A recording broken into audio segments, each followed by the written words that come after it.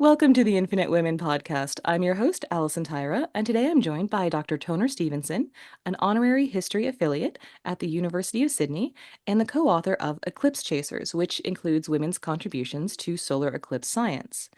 Regular listeners may recall that Dr. Stevenson previously joined us to discuss women in the early years of Australian observatories, specifically in the context of the decades-long International Astrographic Catalogue project. But as always, the more you dig, the more women's stories you will uncover. So Dr. Stevenson is back to tell us about other turn-of-the-century women in Australian astronomy. So would you like to start with Jane Foreman? Yes, that's a very good starting point. Thanks, Alison. Jane Foreman was really the first woman who officially joined the New South Wales branch of the British Astronomical Association. And she was the first, and she was actually the only woman of 43 members who were nominated and accepted by the male-only council at that time at the first meeting that was held on the 30th of January, 1895. Now, this was in New South Wales, which is, of course, a state in Australia. But over in South Australia, there were some very interesting things happening there because an earlier woman, Mary Emma Greer, who also worked at Adelaide Observatory, so starting to see some connections here, she had already been appointed there as a member, and a few other women. And South Australia is very special because in 1894, the suffragette movement was very successful. And by 1895, women not only had the vote there, they could also be elected to Parliament. So there was a lot happening with women at that time. There was also a really popular interest developing in astronomy. And that was the whole idea of these amateur societies, as was developed in South Australia, New South Wales, Western Australia, and Victoria and Queensland eventually. So the idea was that you'd have all of these amateur astronomers who'd be doing the sort of work that the observatories and professional astronomers kind of didn't have time to do. So they needed a group of people who could use telescopes and observe with their eyes phenomena such as variable stars. That's stars that are bright and then fade a bit and then go bright again. And lunar eclipses. Some of these things are interesting, but they are not necessarily at cutting edge science, which the professional astronomers were looking at the chemistry of stars, for example. Some amateurs were too, but this sort of group or workforce of amateurs was able to get together and publish their results. And around that mid-1890s, we start to see women come into the picture. And the first woman in New South Wales, Jane Foreman, she came to this area by very interesting means. She was born in Goulburn and she grew up in Goulburn. And Goulburn is an interesting place in that in 1874, a transit of Venus happened and it was really popular. And Goulburn was one of the centres where astronomers gathered and the population got to observe through telescopes. So she was a young woman then. She was born in 1843. She had a series of family disasters, real sadness in her life. Her first three children did not survive as babies. And then her husband was injured. He ran the sort of stagecoach at that time, and he was injured in his work.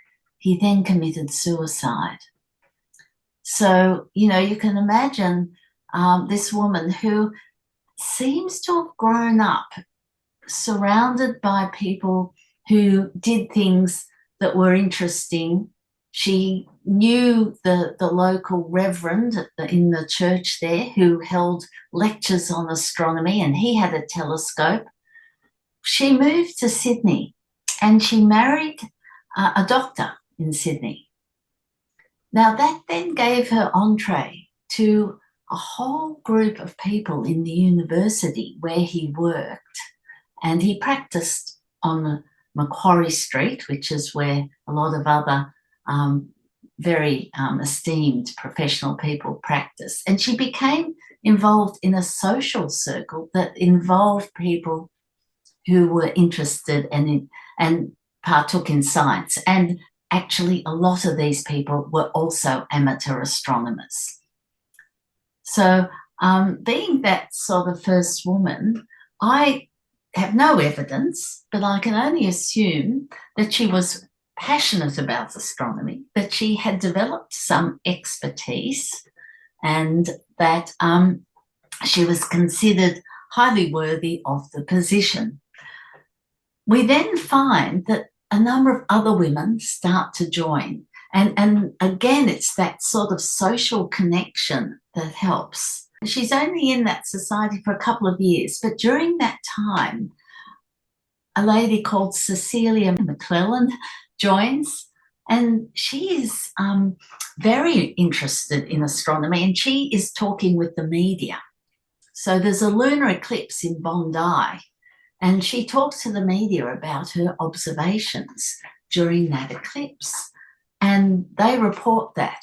Now, in Sydney and in the main cities, Melbourne, Perth, Adelaide, at that same time, there's this whole lecture series going on, and there's women who come over and give lectures. We're talking the early 1900s. In 1912, Mary Proctor, a British woman, comes and gives an extensive lecture tour around Australia, and people flock to these lectures. There's a very popular author, Agnes Mary Clark, and now if you go to almost any library, any of the state libraries or even major country libraries, you'll find a book by Agnes Mary Clark. In Australia, Mary Orr has published An Easy Guide to the Southern Stars.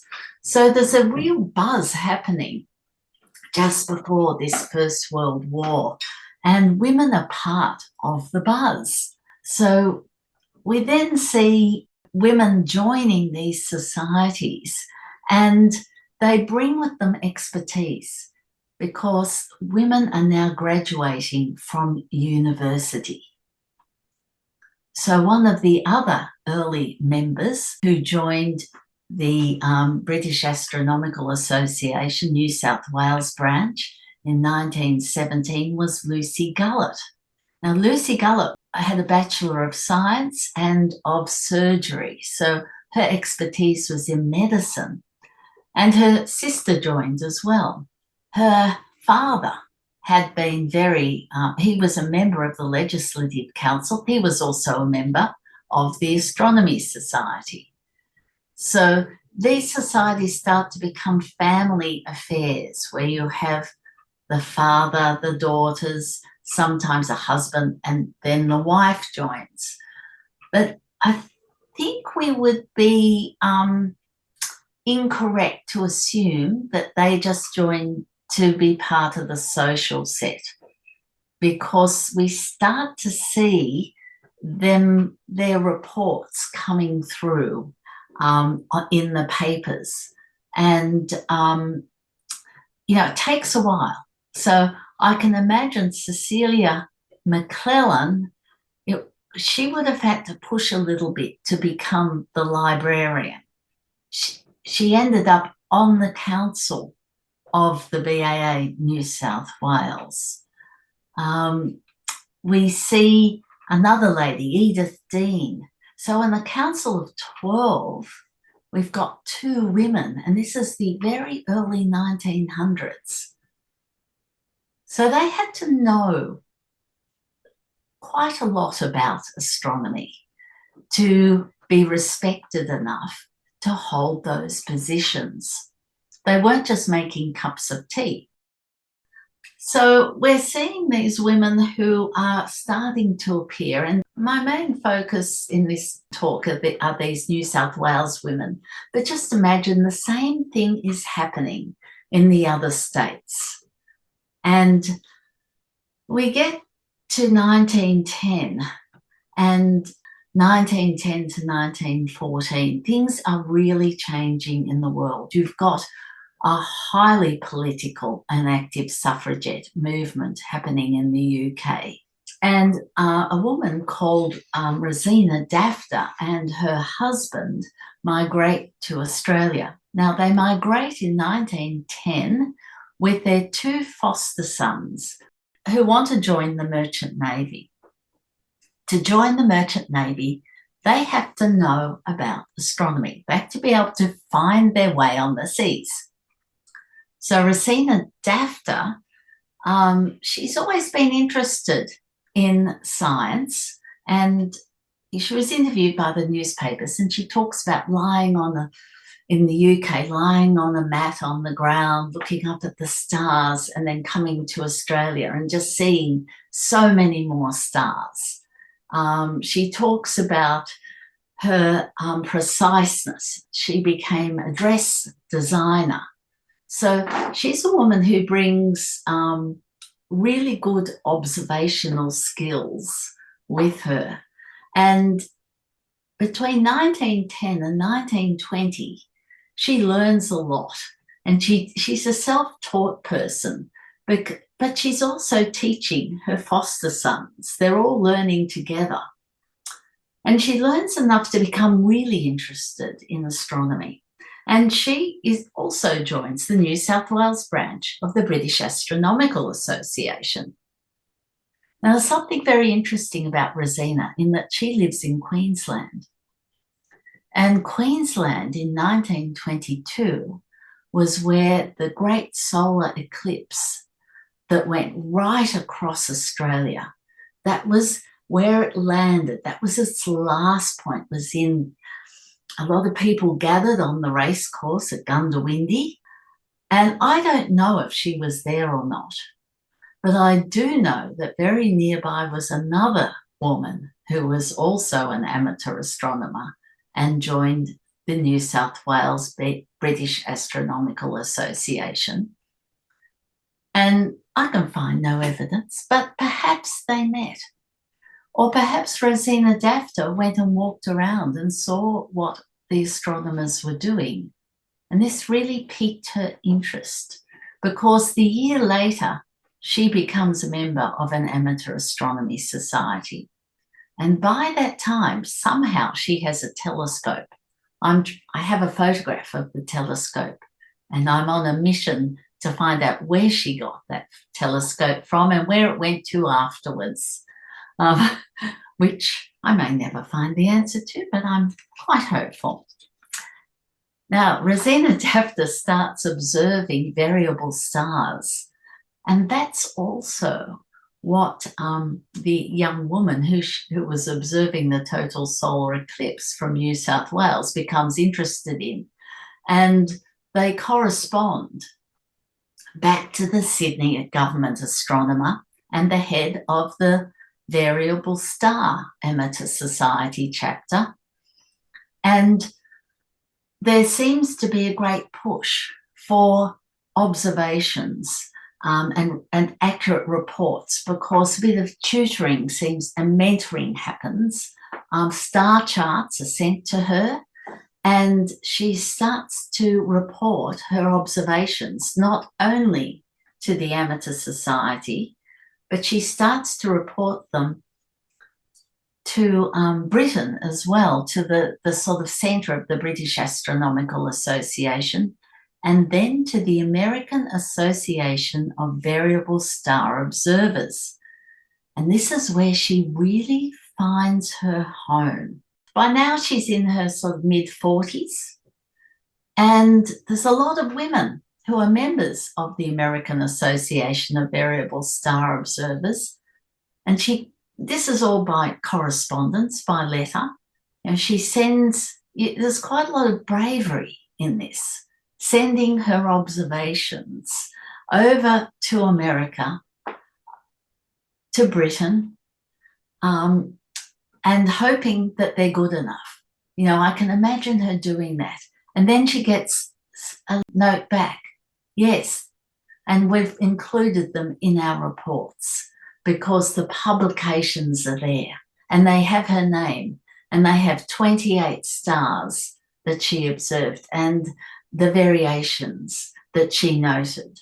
So she is good enough. She's doing a great job. She is doing such a good job as well of just general observation that she does see the return of a comet. And she's, in fact, the first person in the southern hemisphere to see the return of this comet, which becomes big news in the newspapers. And, there's a photograph of her in the newspapers with her telescope. So, she is making a difference, and that becomes acknowledged. So we're now well into her work as an amateur astronomer, and her work is becoming more and more professional in its nature. So between the years of 1929 and 1933, she made 1,071 observations, as reported by the American variable star observing group. And later on, there was Dorrit Hoffleit, who was actually a professor of astronomy. She becomes head of that chapter. And when Dafta dies, Hoffleit is writing about her and writes again in a book later on about how this was exceptional. And, other variable star observers do work, of course, but Rosina Dafta was kind of in the top 5 of people from all around the world who were sending their variable star observations in. And that's quite extraordinary. She's quite good at explaining what she's doing as well. And that might be part of what her attraction is with journalists, because when she observed this comet in 1927, she's reporting it as a misty circular object in the sky. And you start to see, what this comet might have looked like to her through her telescope. She's very observational about what's happening in the atmosphere. So she becomes interested in the zodiacal light and this zodiacal arch, which is seen just after sunset, but much better seen at about 4 a.m. or just before sunrise in the morning. And she's up there. She's waking up in the morning, getting out, and you don't need a telescope to observe this. You do it by eye. She's getting up in the morning and she's noting, and she's sending her observations now of the zodiacal light to the British Astronomical Association, the head of that chapter, who is over in Europe.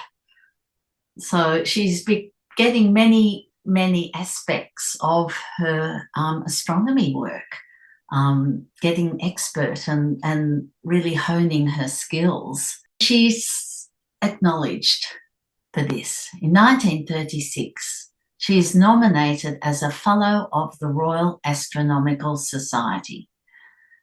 She's the first Australian woman to be nominated and to be accepted.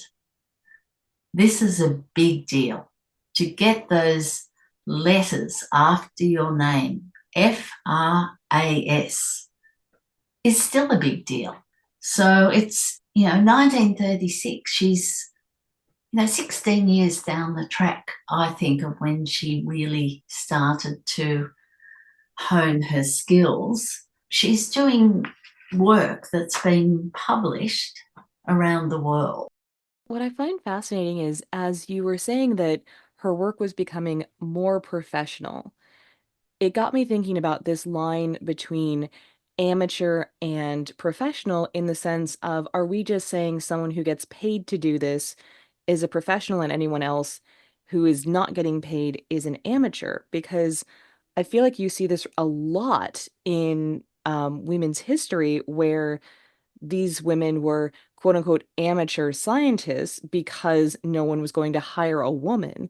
But despite the connotation of that difference in quality, many women who were considered amateurs were actually producing incredibly high quality work. They were corresponding, as you said with Rosina, they were corresponding with the top people of their day who respected them and their work. So I think it's one of those divides that has more to do with connotation and social barriers and social norms rather than how good is your work.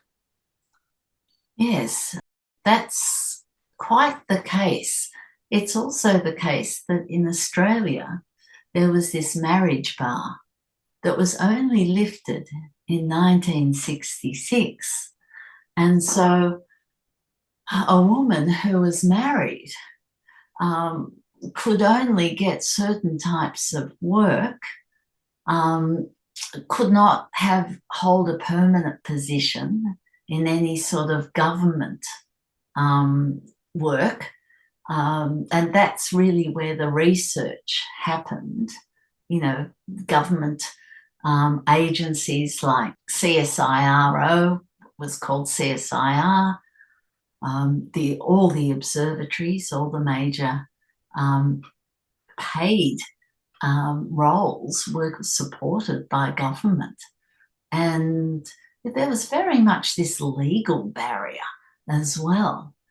And it was just assumed, this is that it was up to the man. The man was earning the money, and that they were the top priority for careers in all areas of work, um, and that women could do what they wanted for free. Yeah, so, but you also do see these men, being very successful, so-called amateur astronomers, and those men had other well-paid jobs elsewhere and could afford the equipment and had the sort of latitude to be able to purchase equipment. I think having access to equipment would also have been quite a barrier for a lot of women. That's why I'm particularly interested in, where did Rosina Dafter get her telescope from? Because it must have been pretty good. These days, we would probably not be too impressed by it, but to see this sort of misty ball of a comet, for the first person to report that in the southern hemisphere, it had to be a reasonable quality for its era. Well, I think we're also getting into one of the barriers in this context isn't just gender, it's also class. So you had to have women who had enough free time and energy to pursue this, who did not need to worry about contributing to the family's household income, who, if they had kids, likely were able to afford support staff. And as you said, the equipment, or at least being of a social class where maybe people who not only share your interests and can maybe help get you into these societies, like maybe a dad, looking at you, Henry Gullett. Um, but Yes, it's very much a privileged existence that even allows for women to have pursued this. absolutely. And, they had to have security. And that, a lot of women did not have that. Um, and they did not have the spare time. I mean, it looks to me that women like Rosina Dafta, she had a husband, her foster sons were off on the high seas, and she was fairly responsible for herself. There's a couple of funny quotes by her husband, who was not the least interested in astronomy, but he was obviously very supportive. And I sort of think that probably they had a good relationship, and he supported her doing this work as well. Um, Miriam Chisholm, who was the young woman who was at the total solar eclipse in 1922, she came from a very well-to-do family from Goulburn, the same town that Jane Foreman, the first woman we talked about, came from. And the other factor I see with these women is their that major astronomical events occurred in their lifetime, and they made it their business to see it. And that, as I said earlier on, I haven't found the exact proof of that all the time, but if you were living in Goulburn when there was that transit of Venus, you would have been there. It was in the main park in the centre of Goulburn, and there were lots of people there with telescopes, and they were showing the public. If you were around in 1922, you could not have picked up a newspaper. You could not have listened to what radio then. You could not have walked the streets or gone to the local shop without knowing that there was this total solar eclipse. And people who had the sort of means and the wherewithal to do it went to see it for themselves. So, schools were all issued little handbills. And sort of why I'm mentioning this is that these big astronomical events are very inspirational, and they inspire women just as much as men today. And we are in the middle in Australia of a sequence of total solar eclipses. So we've got another one coming up in 2028, so only a bit over 3 years away now. You hope that the fact that we have only 30% of all astronomers, professional astronomers, are women in Australia and pretty much around the world. You hope that some of these big astronomical events will help inspire other women and provide the wherewithal for them to go and have a look at these events and to do something perhaps with that experience. Because it's certainly, I feel very sure that these big events had an impact on these women who decided to take up astronomy without being paid as amateurs, but very much, certainly in the case of Rosina Dafta, she would have been out there pretty much every night looking at those variable stars. And even in her late 70s, she was keeping her eye on, I believe, 18 stars at that time and measuring the variation of their light.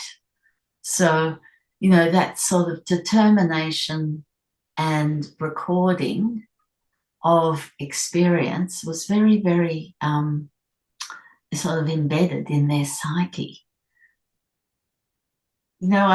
We've talked a little bit about education too, because these women all had access to some reasonable form of education.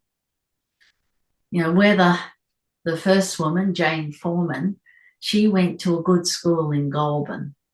She didn't, she would have left school at 14 or 15, but the groundwork was there, and she was encouraged to go to lectures and to sort of keep learning. Rosina Dafta, she too had a good education and was interested in continual learning. Um, that sort of importance of early education and the sort of desire to keep learning is very much a part of their the reason that they picked up astronomy. And perhaps a mentor. Wasn't always their husband or their father, but someone who took an interest in what they did. And in Rosina Dafta's case, that seems to have been all by correspondence. I don't know if she actually ever met any of the people who she corresponded with, but the power of the letter then, I suppose, was as great as social media is today.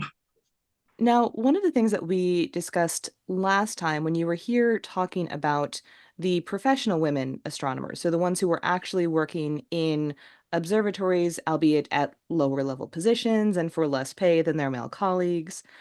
But we were talking about the constraints around those women and the barriers that they faced.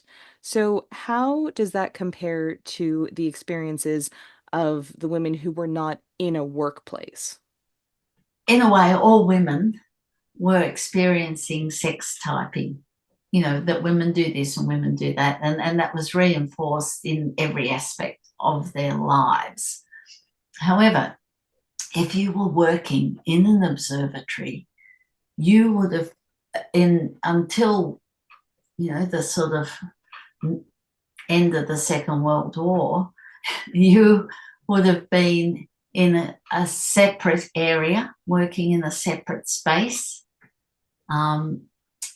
only having contact with male astronomers as supervisors, pretty much, and checking work.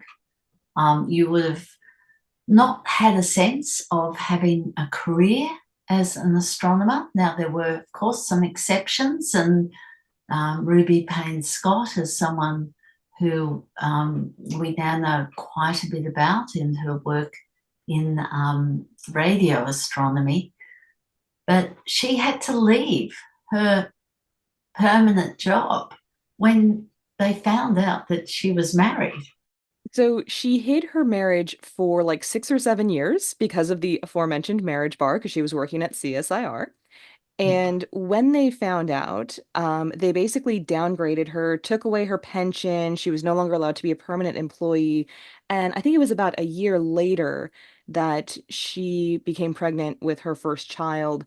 And I assume she was quite unhappy with what had been done to her up to that Mm, point, and so there was perhaps a bit less incentive for her to keep pushing and trying to balance family with that. But I love that her husband went along with this ploy where people thought that she was living in sin in like the 1950s when that was a big deal. yes. And God love him for going along with it. I mean, kudos to him. Absolutely. And yeah, she was quite extraordinary in so many ways. And radio astronomy was not only about the mind and sort of observations. You had to build the radio, you had to build the telescopes. You had to go out in the field and build those telescopes. So it was a physical thing as well. So, she was sort of doing things that, most women would not have been, would not have even considered. And, things like, living in sin relationship.